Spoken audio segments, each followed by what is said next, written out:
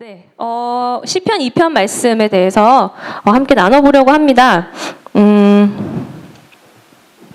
시편 2편은 먼저는 다윗 왕이 쓴 노래입니다. 네, 우리 시편 1편부터 50편까지는 다윗 왕이 썼다고 알려져 있죠. 이 노래는 이스라엘 백성들이 하나님께서 아브라함을 부르신 목적, 그러니까 아브라함 부르실 때 열방의 복이 되도록 부르셨죠. 그래서 이 목적을 이루시기 위해서 다윗과 그의 자손들을 왕으로 만드신 사실을 이들이 상기하면서 불렀던 노래입니다. 그래서 왕의 시편이라고 부릅니다.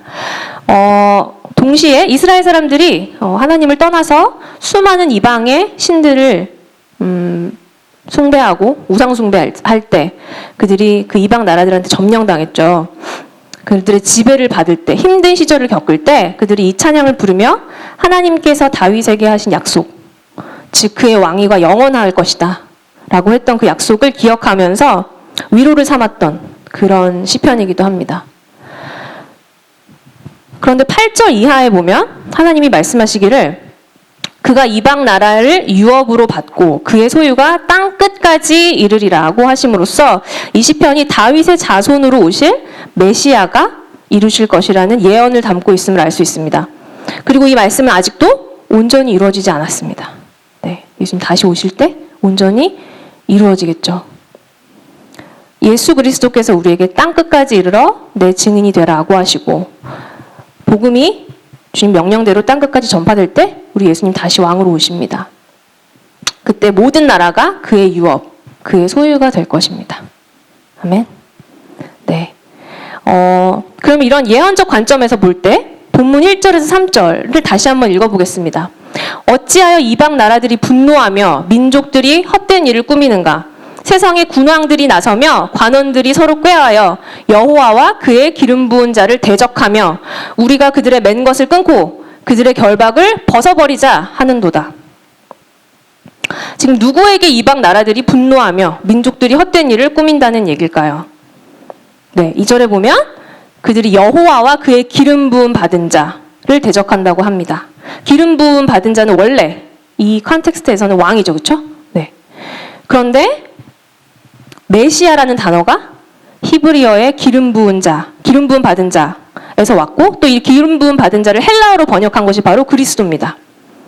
따라서 예언적 관점에서 볼 때는 여기서 이 기름 부음 받은 자는 바로 예수 그리스도를 가리킵니다. 그런데 도대체 왜 이 세상의 군왕들이 예수 그리스도를 대적하는 걸까요?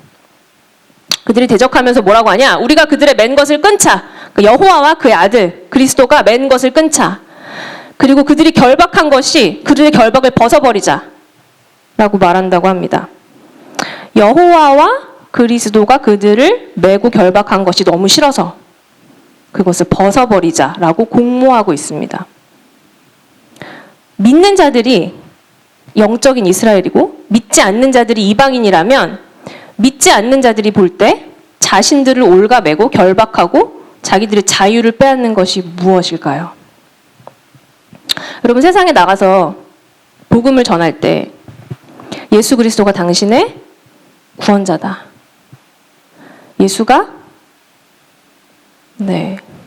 예수님이 당신을 너무 하나님 너무 당신을 사랑해서 그 아들 예수 그리스도를 통해서 그를 십자가에 못 박음을 통해서 당신을 구원하셨습니다. 이렇게 말하면 너무 감동이죠, 그렇죠? 그런데 우리 삶은 거기서 끝나지 않습니다, 그렇죠? 네, 한 발짝 더 나아가서 그분이 당신의 왕이십니다. 그분이 당신의 생명의 주인이십니다. 우리의 삶은 그분의 말씀에 따라 살 때 참된 기쁨과 안식이 있습니다. 라고 얘기한다면 처음에 이렇게 찡하고 감동을 받았다가 아멘을 쉽게 하기가 쉽지 않아집니다. 왜 그렇습니까? 내가 지금까지 내 마음대로 자유롭게 살았는데 나 나름 교육을 받고 도덕적으로 옳고 그름을 분별할 수 있는 사람인데 내가 왜 누군가의 통치를 받아야 되는가? 내가 왜 하나님의 법을 따라 살아야 되는가? 세상 법을 따라서 살아도 나는 충분히 괜찮은 사람인데 상식에 부합하는 것 같지도 않은 저 오래된 책, 성경에 내가 왜 동의하고 그걸 따라서 살아야 하는가? 이렇게 반발하는 것은 어쩌면 인본주의로 가득한 이 세대에서 지극히 자연스러운 반응일지도 모릅니다. 성령 안에서 진리가 우리를 자유케 하지만 성령을 받기 전까지는 이 진리가 오히려 우리를 억압하고 우리의 자유를 빼앗아가는 존재입니다.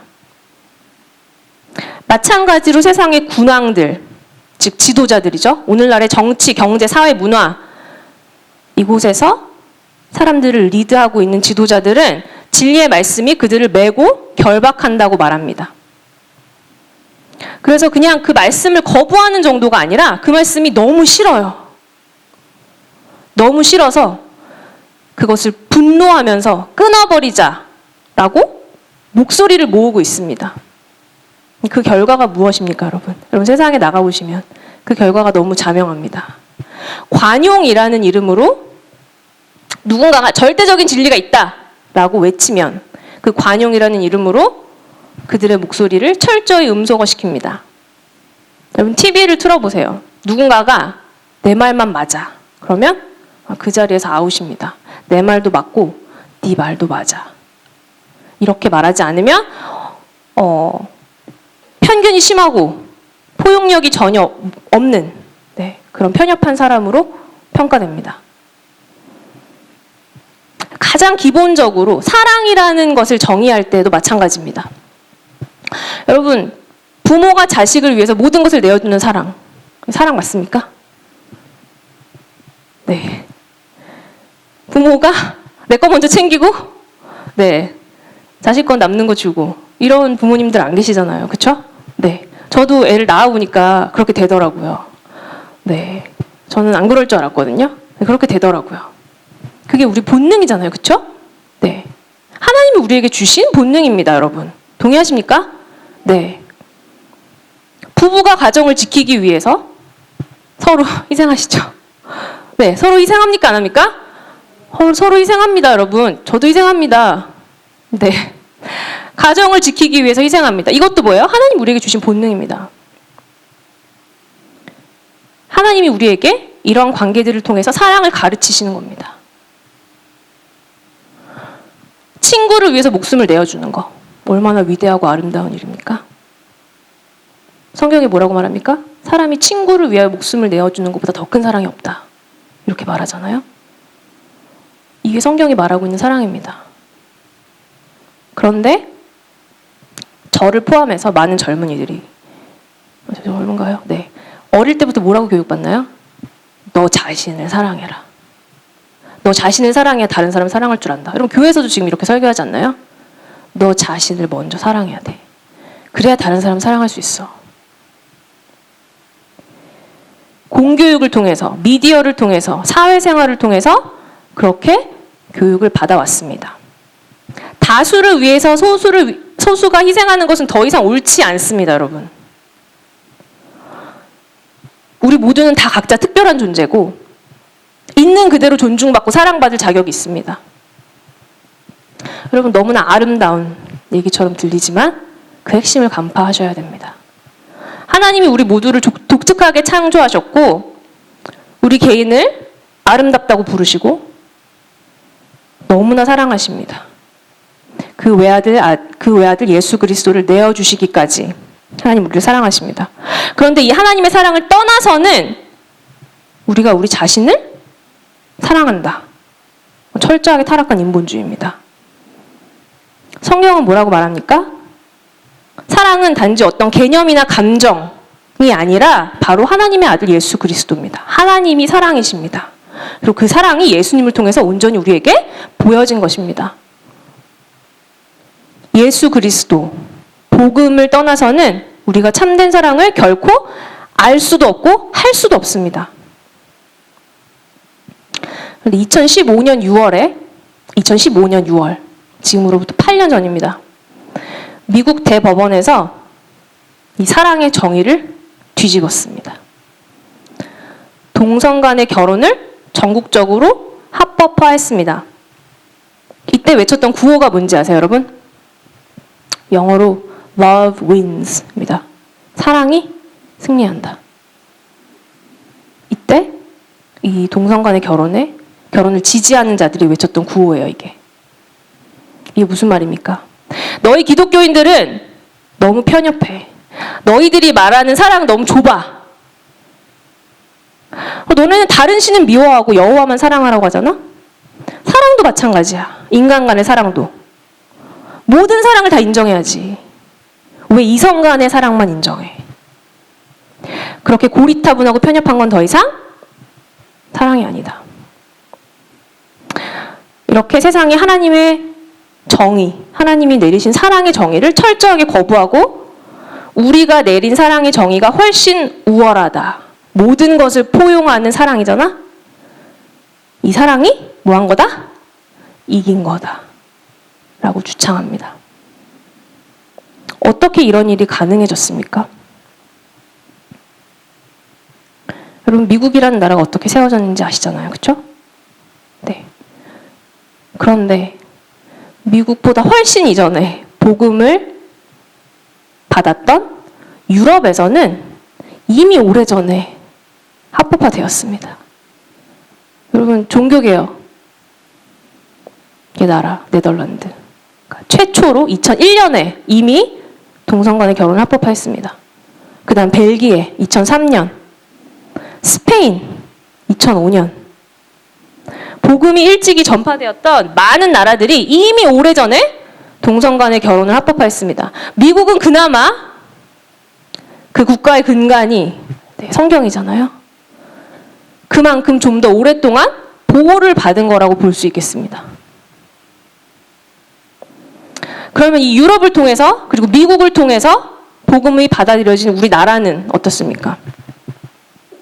올해 2023년 그렇죠? 4월에 국회에서 법안이 하나가 발의가 됐습니다. 뭐냐? 동거 관계에 있어서 이성과의 관계뿐만 아니라 동성 간의 관계에서도, 그러니까 성별에 상관없이 사실상 혼인에 준하는 권리를 부여하는 거죠. 동거인에게. 겉으로 봤을 때 지금 여러분, 네, 다들 얼굴이 굳어 계시는데, 네, 지금 이 분위기로 봤을 때는 이 법안이 통과가 될까요, 안 될까요? 네, 절대 안 되죠, 그렇죠?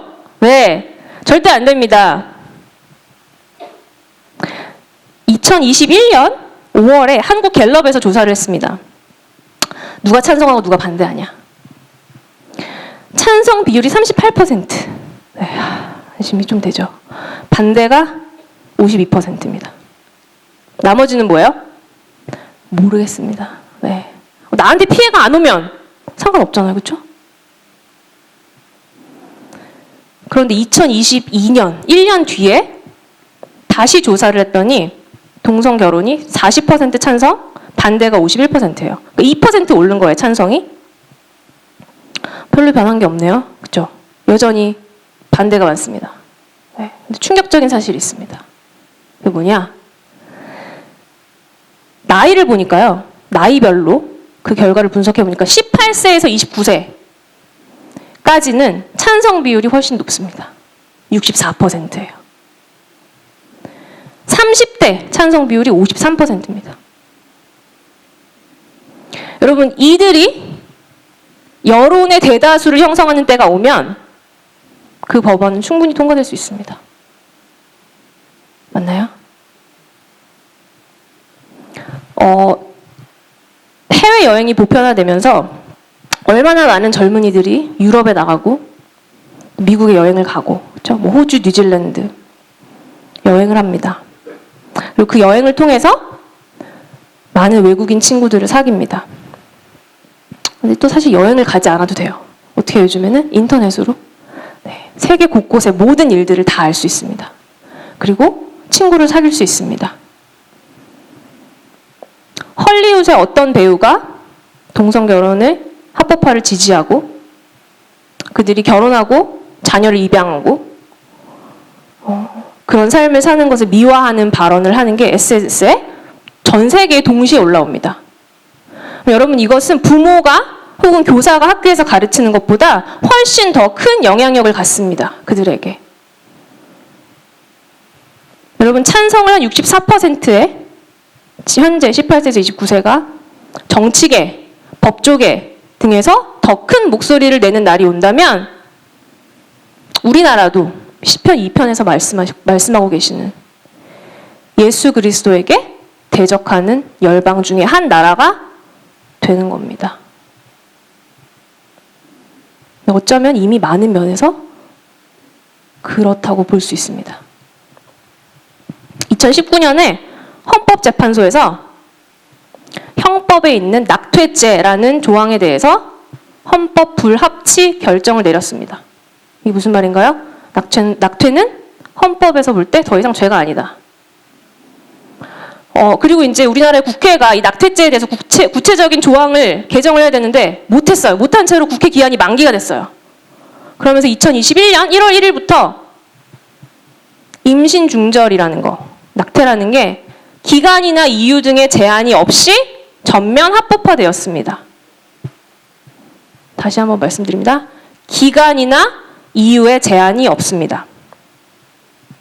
9달을 다 채우고 이제 막 태어날 준비가 된 태아가 낙태를 당해도 법적으로 아무런 문제가 되지 않습니다.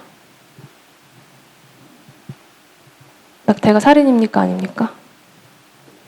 살인이 정당화되고 무고한 피가 흘려지는데 어떠한 법적인 대가도 치르지 않습니다. 이토록 악한 판단의 뿌리는 무엇일까요? 여러분, 산모는 아기가 아닌 자기 자신을 더 사랑할 권리가 있습니다. 그래야 합니다. 왜? 엄마가 행복하지 않으면 자신도 행복하지 않으니까. 이게 그 이면의 논리입니다. 엄마의 행복을 위해서 자식이 희생되는 게 당연한 겁니다. 왜? 자식은 아직 태어나지 않았으니까. 그렇게 세상이 우리를 세뇌시키고 있습니다. 어릴 때부터 이렇게 자기중심적이고 인본주의적인 사고를 하면서 자라난 우리는 이런 결론에 도달할 수밖에 없습니다. 근데 이 동성결혼의 합법화는 거의 모든 성적인 죄를 합법화할 수밖에 없습니다. 법리적으로. 지금 미국에서 대두되고 있는 또 다른 이슈는 트랜스젠더리즘입니다. 여러분, 제가 왜 자꾸 미국 얘기를 하냐? 네. 이미 유럽에서는 지금 미국에서 대두되고 있는 거지 이미 유럽에서는 오래전에 시작된 문제예요. 이게 어디로 오나요?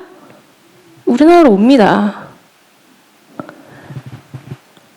트랜스젠더리즘이 뭐냐? 네, 자기의 성을 어떻게 하는 거예요? 네, 자기가 결정하는 겁니다. 유럽에서는 만 7세가 되면 너는 너의 성을 결정할 수 있어. 너 남자 할래, 여자 할래? 물어봅니다.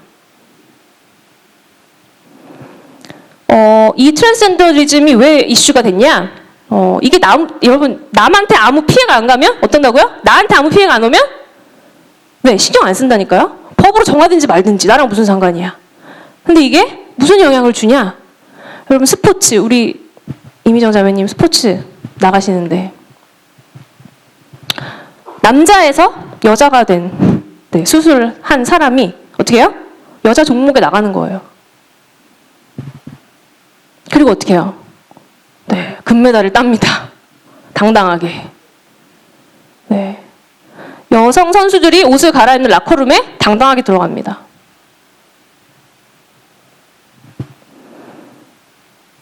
여러분, 남의 나라 얘기잖아요. 그쵸? 네. 근데 이걸 피부로 경험하면요. 정말 당황스럽습니다. 요즘에 또 무슨 문제가 드러나고 있나요? 이 성적인 죄에 대한 문이 열리면서 더 이상 제가 여자잖아요. 그쵸? 그러면 우리 우현 형제가 다른 사람한테 저에 대해서 얘기할 때 영어로 she라고 해야 맞잖아요. 그쵸? 그녀라고 해야 맞잖아요. 그쵸? 네. 제가 뭐라고 해요? 나 she라고 부르지 마. 나 he라고 불러줘. 나 he라고 부르지 마. 나 they, 그들이라고 불러줘. 왜? 내 속에 뭐가 있어? 내 속에 남자도 있고 여자도 있으니까. 여러분, 미국 공영방송에서 이런 것들이 아무렇지 않게 대화의 주제가 되고 있습니다.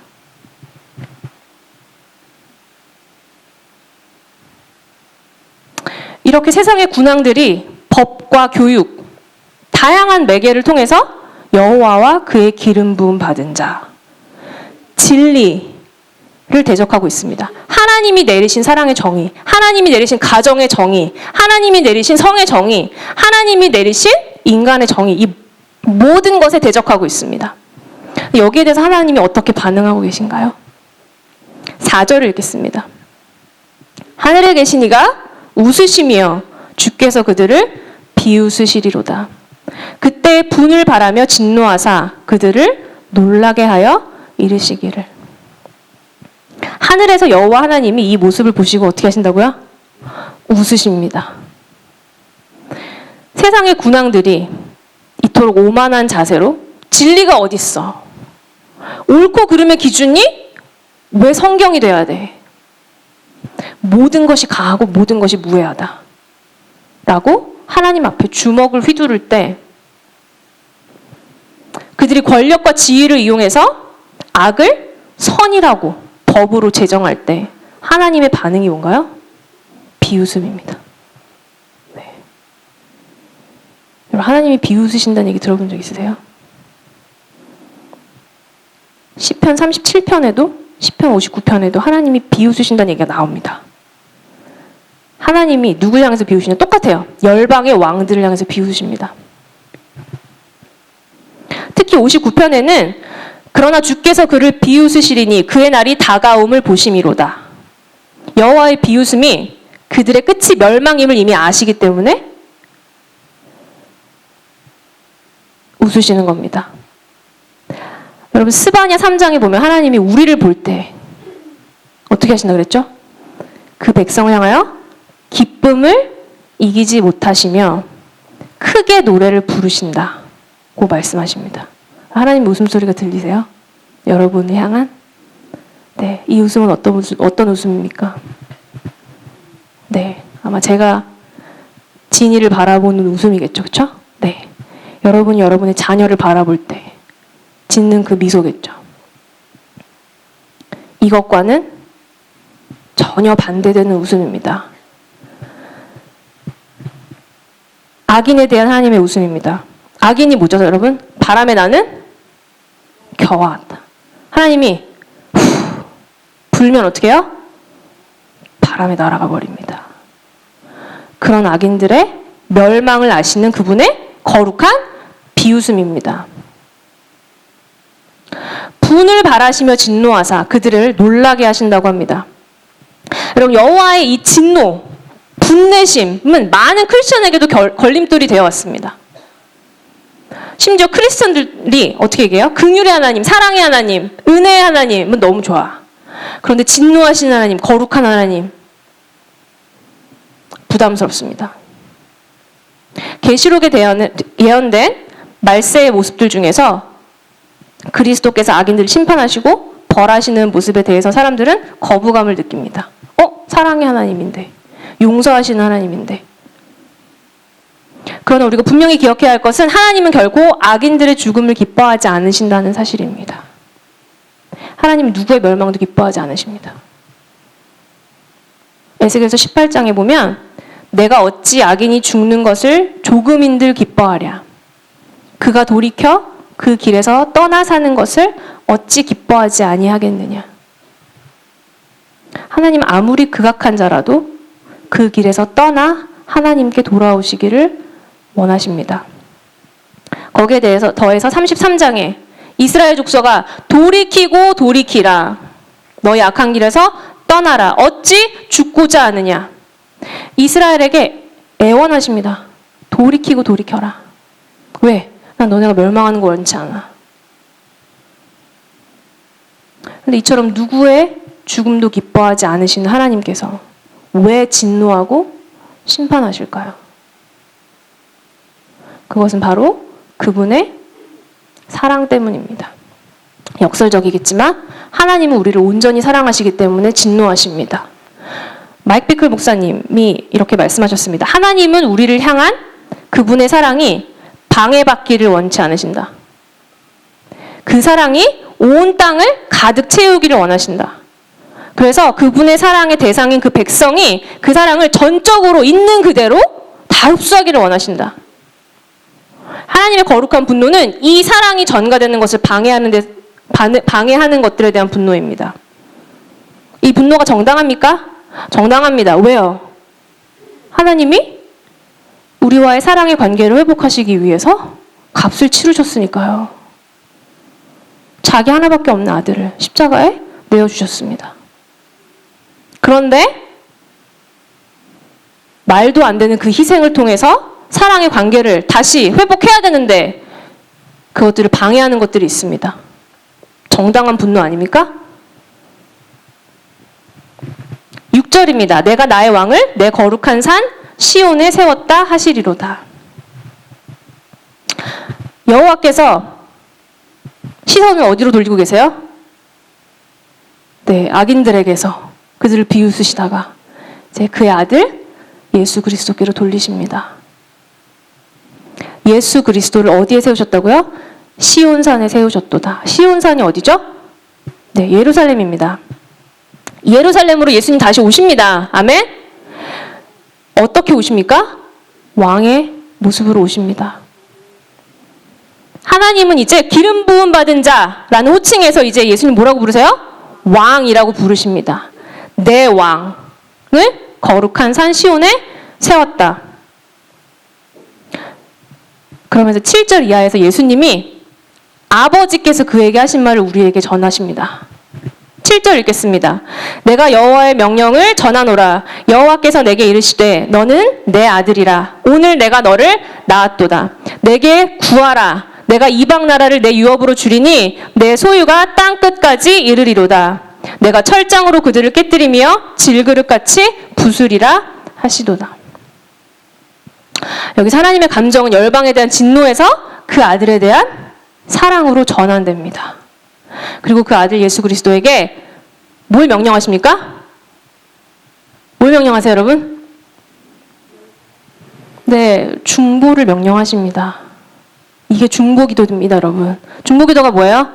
네, 가족을 위해서, 친구를 위해서, 아픈 자를 위해서. 이게 중보기도가 아니고요. 중보기도가 뭡니까? 하나님이 하라고 하신 기도를 그대로 하는 겁니다. 하나님 뭐라고 명령하세요, 지금? 내게 구하라. 뭘 구해요? 열방을 구해라. 내가 너한테 유업으로 주겠다. 온 세상이 내 소유가 될 거다. 그들이 지금은 내게 주먹을 들이대고 마치 자신들이 다스리는 세상이 더 아름다운 세상인 것처럼 진리라는 속박에서 벗어나서 자유롭고 이상적인 유토피아를 만들고 있는 것처럼 너를 대적하고 있지만 네가 구하면 내가 줄 거야. 이게 우리의 기도입니다, 여러분. 하나님이 예수 그리스도와 그의 우리 뭐죠? 공동 유산 상속자 맞습니까? 법적으로? 네, 우리에게 구하라고 지금 명령하시는 겁니다. 저들의 지도자들이 지금 악을 쌓고 있어. 우리를 대적하고 악을 쌓고 있지만 네가 저 나라들을 내게 구하면 내게 유업으로 주겠다. 빌립보서 2장에 예수님 하나님 뭐라고 약속하셨습니까? 하늘에 있는 자들과 땅에 있는 자들과 땅 아래에 있는 모든 자들이 그들의 무릎을 예수의 이름에 꿇게 하시고 모든 입으로 예수 그리스도를 주라 시인하여 하나님 아버지께 영광을 돌리게 하실 것이다. 우리 예수 그리스도와 함께 열방을 유업으로 받을 자들입니다. 여러분, 제가 KDS에서 일하면서 하나님 제게 주신 비전이 있습니다. 시편 127편에 보면 젊은 자의 자식은 장사의 수중의 화살과 같으니 이것이 그의 화살통에 가득한 자는 복되도다.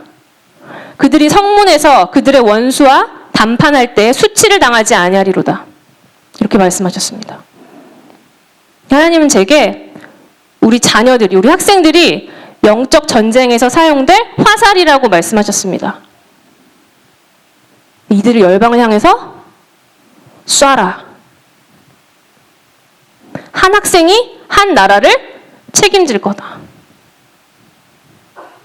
지금 저희 반에 9명의 학생들이 있습니다. 저는 9개의 나라를 커버하고 있다고 믿습니다. 아멘.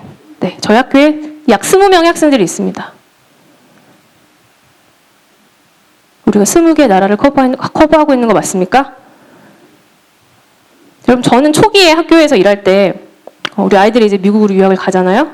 미국에서 잘 공부하고 직장생활 열심히 하고 영적으로 잘 훈련받고 다시 돌아와서 이 땅에서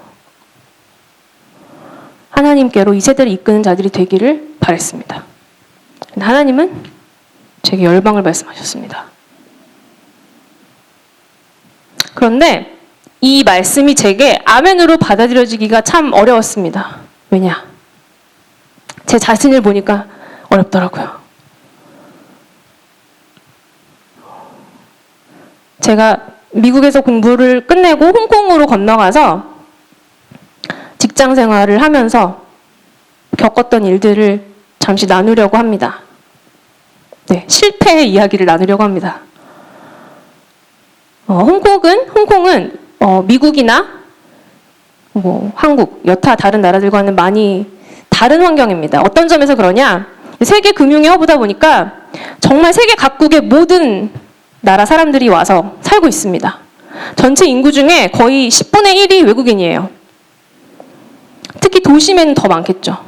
네.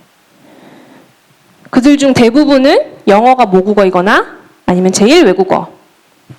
그래서 그 자녀들을 영어로 가르치는 국제 학교들이 마찬가지의 비율로 많습니다. 2013년에 홍콩으로 이주해서 제가 이제 약 2년 정도는 한국 학생들을 가르쳤어요. 한국 학생들이 이제 거기서 고등학교를 다니면 한국의 또 대학교에 특례 입학이라는 게 있습니다. 제외 외국인들이 여기 오면 그들을 대학에서 특별한 자리를 마련해 줬어요. 그래서 훨씬 쉬워요, 입학이. 그 대신 뭘 해야 되냐? 영어를 잘해야 돼요. 근데 그 아이들에게 영어를 가르치는 걸 2년 하다가 2015년도부터 약 6년 동안 한 국제학교에서 아이들을 가르치는 일을 하게 됐습니다. 이 학교가 참 특별했던 게 여러분이 잘 아시고 사랑하시는 예수전도단에서 온 한 선교사님이 세우신 학교예요. 1986년에 20대 호주의 한 젊은 여선교사가 홍콩에 왔습니다. 그리고 자기가 교육받은 교사 자격증을 가지고 유치원을 설립했습니다. 그런데 이 유치원이 자라서 초등학교까지 된 거예요. 그리고 이 초등학교가 성장해서 또 중학교까지 됩니다. 저는 이 학교에서 일을 한 게 철저하게 하나님의 인도였다고 생각합니다. 한 번도 의심해 본 적이 없습니다. 그런데 여기서 일하면서 영적인 무기력감에 빠지게 된 적이 종종 있습니다. 기독교 학교이기 때문에 교사를 뽑을 때 기독교인만을 뽑습니다. 네, 어떻게 뽑냐? 네. 이력서에 뭐 내야 되죠? 세례 증명서 내야 돼요. 인터뷰할 때 어느 교회 다니냐 물어봐요. 어떻게 예수님 알게 됐냐 물어봅니다. 신앙생활 하고 있는지 안 하고 있는지 다 확인합니다. 네. 막상 뚜껑 열어보니까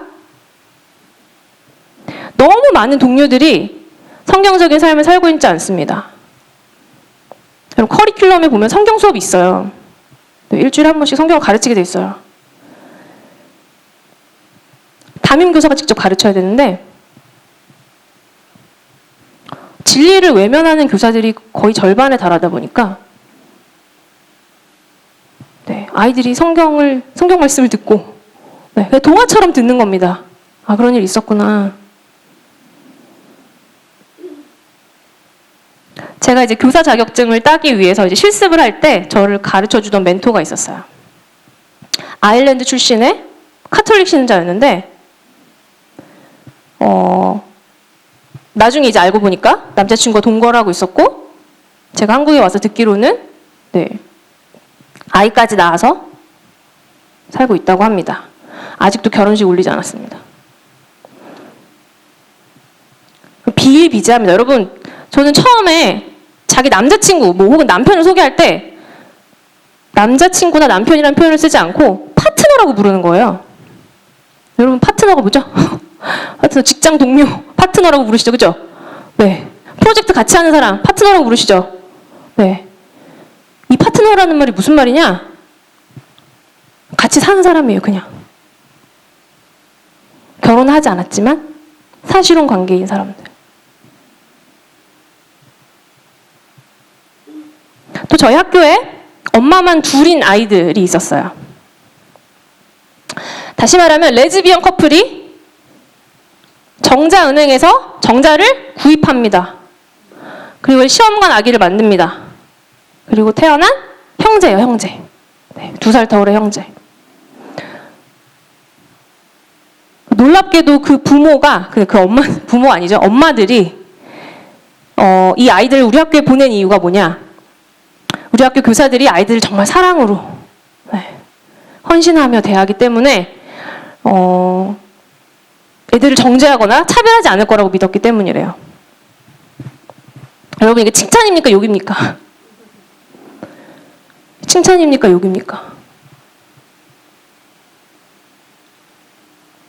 누구도 그 아이들한테 동성애에 대해서 말할 수 없습니다. 입도 뻥끗할 수 없습니다. 누가 강요한 건 아니에요. 근데 암묵적으로 다 그렇게 동의가 된 거죠.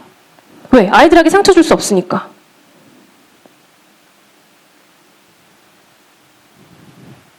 아침마다 교사회에서 큐티 이메일이 옵니다, 여러분. 출근할 때. 오늘의 말씀. 매주 금요일이 되면 함께 예배를 드립니다, 교사들이. 각 반에 어려운 아이들이 있으면 어떻게 해요? 서로 나누고 그 아이를 위해서 기도합니다. 그런데 교사들이 진리의 말씀대로 살지 않습니다. 어떻게 이 아이들이 복음을 받아들입니까? 여러분, 크리스찬인 아이들은 이미 가정에서부터 크리스찬이에요. 학교에 와서 비크리스천 아이들이 복음을 받는 일은 정말 드뭅니다. 드물 수밖에 없습니다.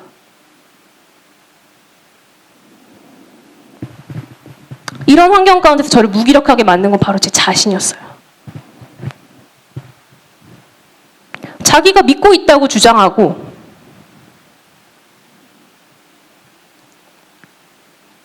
진리를 알고 있다고 주장하는 사람들한테 제가 뭐라고 말해야 될지 모르겠는 거예요.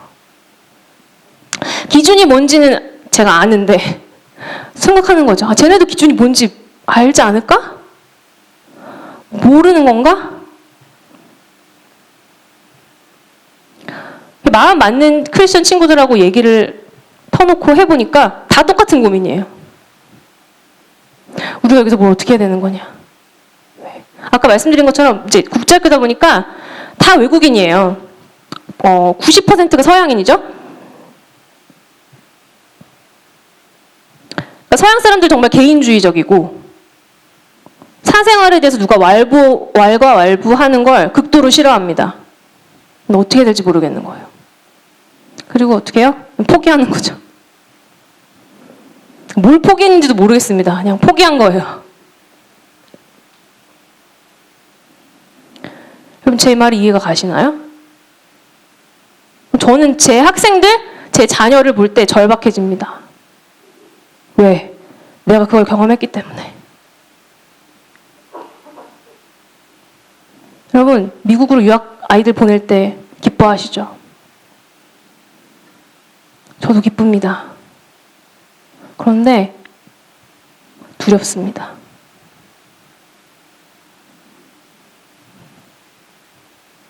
이 아이들이 세상에 나가서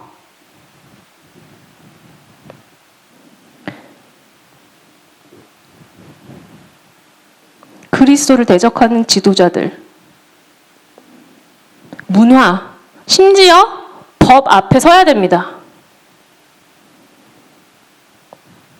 예수님께서 마가복음 13장에서 이렇게 예언하십니다. 형제가 형제를, 아버지가 자식을 죽는 데 내어주며 자식들이 부모를 대적하여 죽게 하리라. 또 너희가 내 이름으로 말미암아 모든 사람에게 미움을 받을 것이나 끝까지 견디는 자는 구원을 받으리라. 지금 이런 일들이 일어나고 있습니다. 제가 청년들하고 이런 이야기를 자주 나눕니다. 왜? 우리 너무 버블 안에 살고 있잖아요. 그렇죠? 네. 다 다른 나와는 관계없는 먼 이야기처럼 들려지잖아요. 저는 그들에게 말해줘야 될 의무가 있다고 생각해요. 준비시켜야 될 의무가 있다고 생각합니다. 왜? 이들이 자녀를 낳아서 키울 거니까.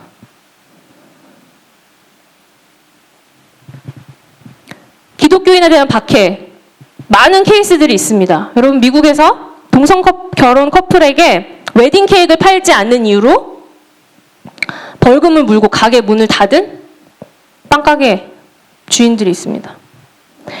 낙태 시술에 참여를 거부해서 병원에서 잘린 간호사가 있습니다. 스웨덴에. 동성 커플에게 방을 내어주지 않아서 게스트하우스 문을 닫게 된 영국의 어느 노 부부가 있습니다. 여러분, 이들은 진리를 따르는데 대가를 치르고 있습니다. 생계가 위협받고 있어요. 핍박받고 있습니다.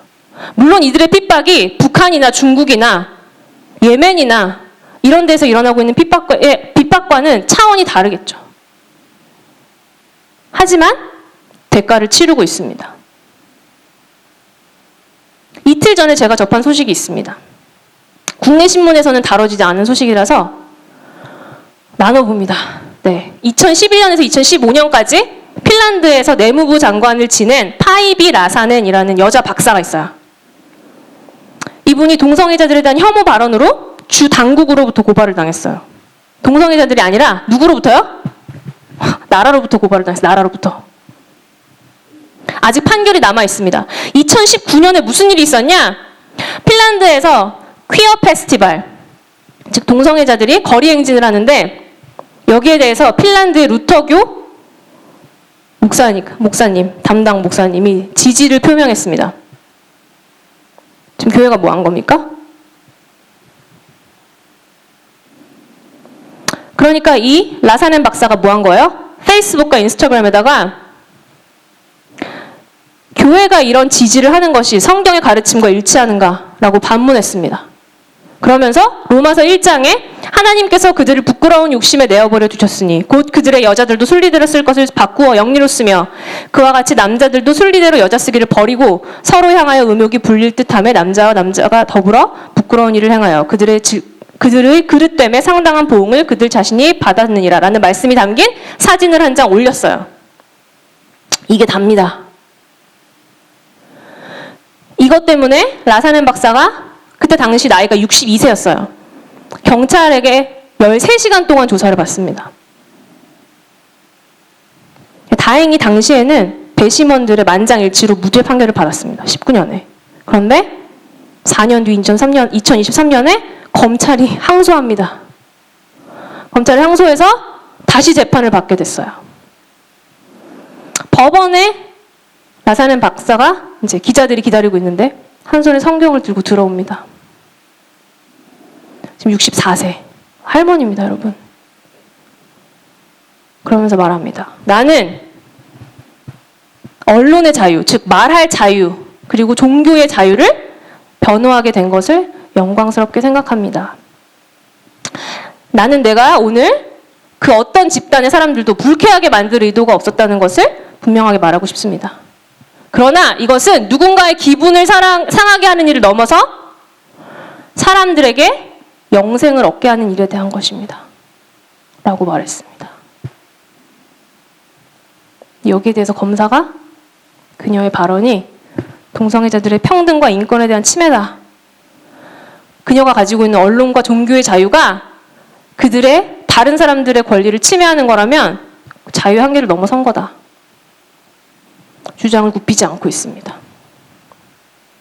제가 이 기사를 접하고 가장 놀란 부분은, 이런 일들은 비일비재하다고 제가 말씀드렸잖아요. 그죠? 네. 가장 놀란 부분은 뭐냐? 핀란드 인구의 기사 맨 마지막에 나와 있어요. 핀란드 인구의 약 550만 명. 네. 총 인구가 550만 명이에요. 그 중에 400만 명이 복음주의 루터교 신자입니다. 루터가 누구신지 아시죠? 네. 인구의 65%가 스스로를 복음주의 기독교인이라고 가리키는 그런 나라에서 일반 시민도 아닌 나라의 장관까지 했던 정치인에게 이런 일이 일어나고 있습니다.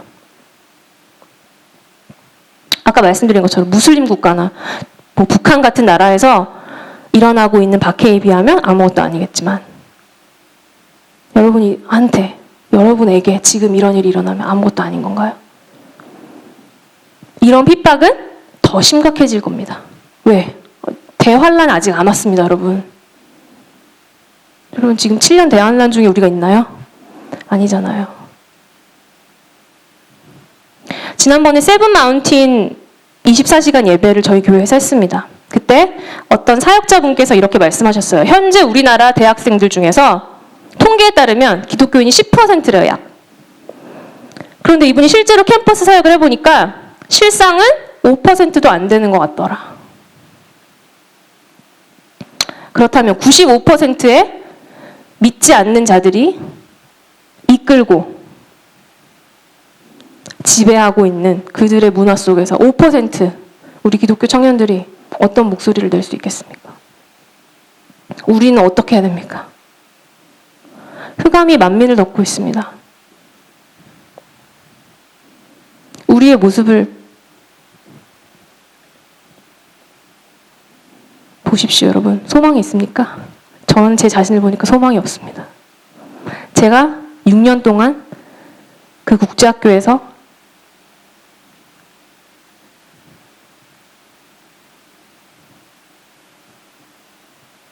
그러나 여러분 성경은 염세주의를 말하고 있지 않습니다. 10절 이하입니다. 그런즉 군왕들아 너희는 지혜를 얻으며 세상의 재판관들아 너희는 교훈을 받을지어다. 여호와를 경외함으로 섬기고 떨며 즐거워할지어다. 그의 아들에게 입맞추라. 그렇지 아니하면 진노하심으로 너희가 길에서 망하리니 그의 진노가 급하심이라. 여호와께 피하는 모든 자는 다 복이 있도다.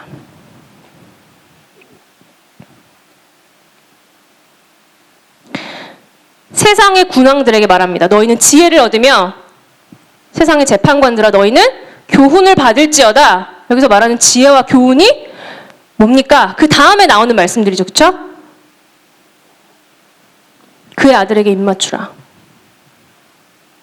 여러분 왕을 마주할 때 우리는 존경과 경의의 표시로 그에게 입을 맞춥니다. 네, 우리나라 문화에서는 왕에게 네, 여러분 대통령에게 입 맞출 수 있으세요? 네, 문화적 차이죠. 그런데 여러분 성경에서 그의 아들 예수 그리스도께 입 맞춘 자가 있습니다. 그가 아직 왕의 모습이 아닐 때 그가 십자가에서 인류를 위해서 처참하게 죽음을 앞두고 있을 때 그가 왕임을 알아보고 그에게 입 맞춘 자가 있습니다. 그 사람이 누군가요? 마리아입니다.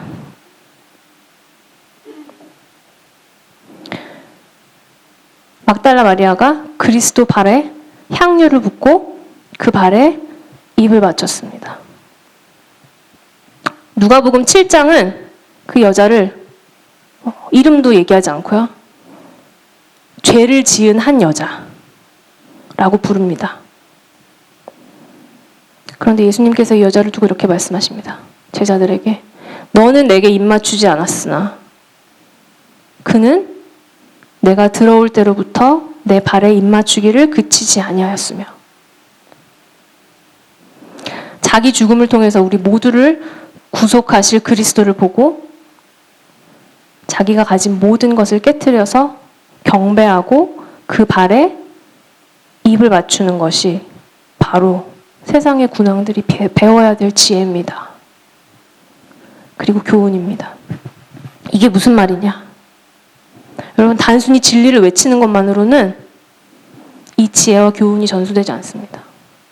여러분 교회에서 동성애를 반대하는 거를 모르는 사람은 없습니다. 그렇죠? 없다고요.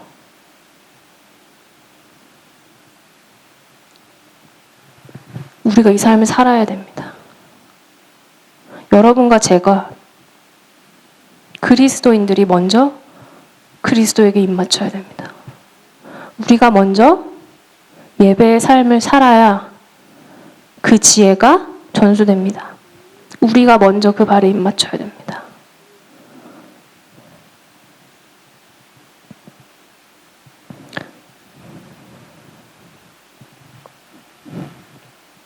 우리가 먼저 삶으로 온전히 예배하는 자들이 되어야 됩니다. 여러분 오늘 정말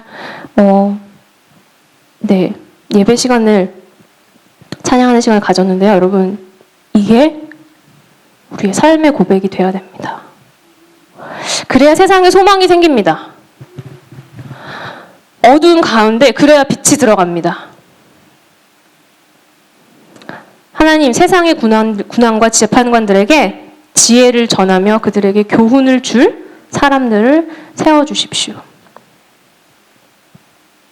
하나님의 진리에 대적하며 모든 도덕적인 기준을 뿌리째 흔들고 있는 지금의 지도자들에게 오직 예수 그리스도 진리이신 그분만을 전할 수 있는 그런 세대를 세워주십시오.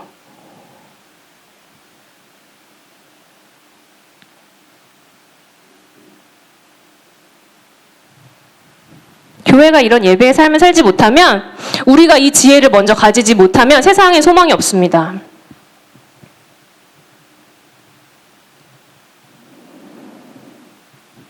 여러분, 핀란드의 복음주의 교회들이 게이 페스티벌을 지지하는 성명을 내고 기독교인 인구가 65%라는 미국에서 동성결혼이 합법화되었습니다. 선교사들의 피로 세워진 이 대한민국에서 그 모든 죄악들이 반복되게 될 때 세상의 리더들의 마음을 돌이킬 예배자들이 일어나야 됩니다. 마리아와 같이 예수님이 왕 되심을 알고 그 앞에 무릎 꿇는 삶, 그를 온 삶으로 섬기고 경외하는 삶. 여러분, 제자들이 그 자리에 있었잖아요. 그렇죠? 맞습니까? 네. 제자들이 입 맞추지 않았다니까요. 예수님 뭐라고 하세요? 이 여자가 한 행동이 복음이 전파되는 모든 곳에 알려질 거예요. 여러분, 지금처럼 이렇게 평이하게 사는 삶으로는 세상에 소망이 없습니다.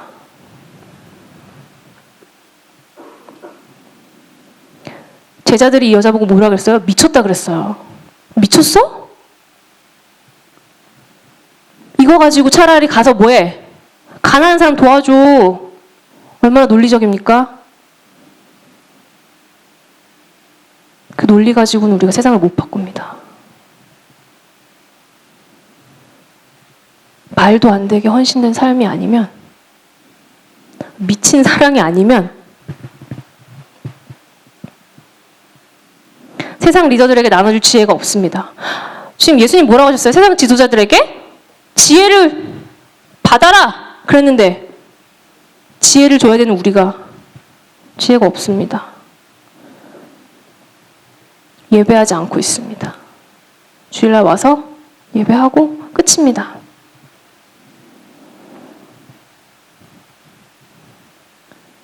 예수님이 왕 되심을 알고 그 앞에 무릎 꿇고 그를 온 삶으로 섬기고 경외하는 삶, 그분의 통치를 즐거워하는 삶, 그 삶이 바로 우리의 예배입니다. 그리고 이것이 우리가 세상의 리더들에게 나눠줄 수 있는 유일한 지혜입니다. 이 지혜만이 그들을 여호와의 거룩한 진노에서 구원하게 할 수 있습니다.